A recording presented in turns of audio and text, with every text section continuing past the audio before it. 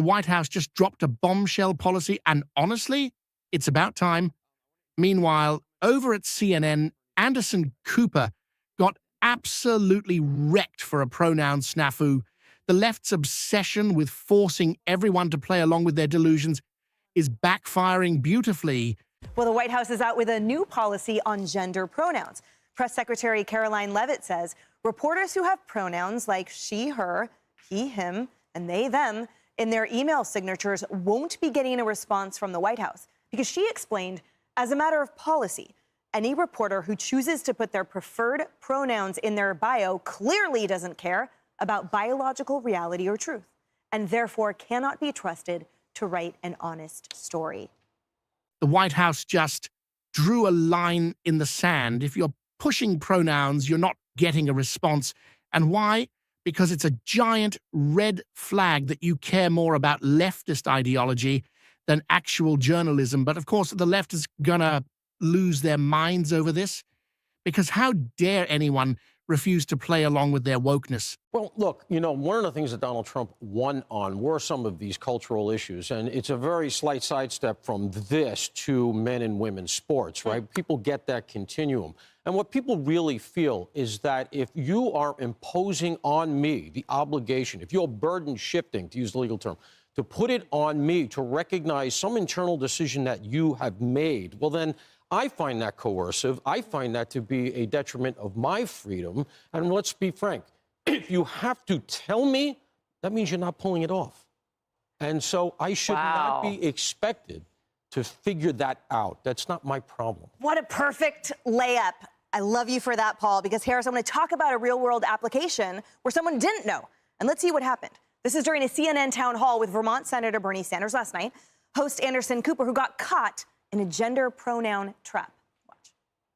We're back with Senator Bernie Sanders. I want to introduce Grace Thomas. She's a local civil rights attorney. She's a Democrat. Grace? They, them pronouns, actually. Thank you. Oh. Good evening, Senator Sanders. Oh, this is brutal.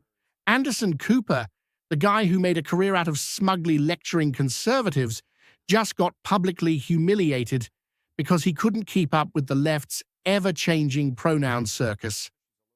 He called Grace Thomas she, and she, or is it they, them, immediately corrected him.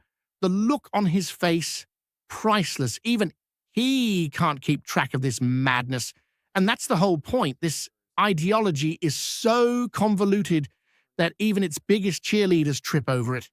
How do they expect the rest of us to keep up? Well, people on social media poking fun at that pronoun snafu, with Colin Rugg writing, quote, "Wow, what a bigot," LMAO. Outkick's Clay Travis calling this absolutely perfect. Wow. I mean, and all of, I'm sorry. No, you're good. And other political commentator saying, quote, "Keep on putting the pronoun police on camera. We will win every election." And finally, Riley Gaines with, quote, calling for Anderson Cooper's immediate resignation for believing what his eyes were telling him, what he saw. Bigot. Harris.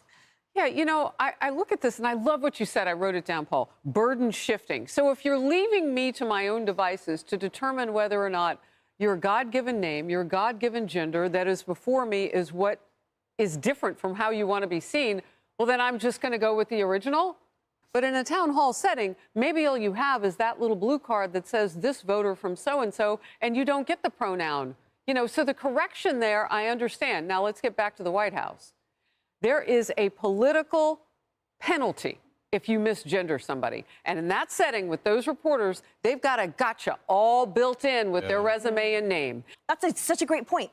And the White House didn't even talk about that. I mean, they're essentially saying, like, you know what, this is the biggest flag to us, that you are just an ideologue and we don't even want to deal with it, right? And then as Harris is pointing out, well, if you were to misgender me, there'd be criminal penalties thanks to the woke ideology that you represent, journalist. The left's pronoun obsession is collapsing under its own absurdity. The White House is shutting it down. Anderson Cooper's flubbing on live TV, and normal people are fed up with the coercion. This is why Trump won on culture wars, because most Americans just want to live in reality, not a woke fantasy land. What do you think? Should we keep mocking these pronoun fails until the left gives up? Drop a comment, smash that like button and subscribe for more truth bombs.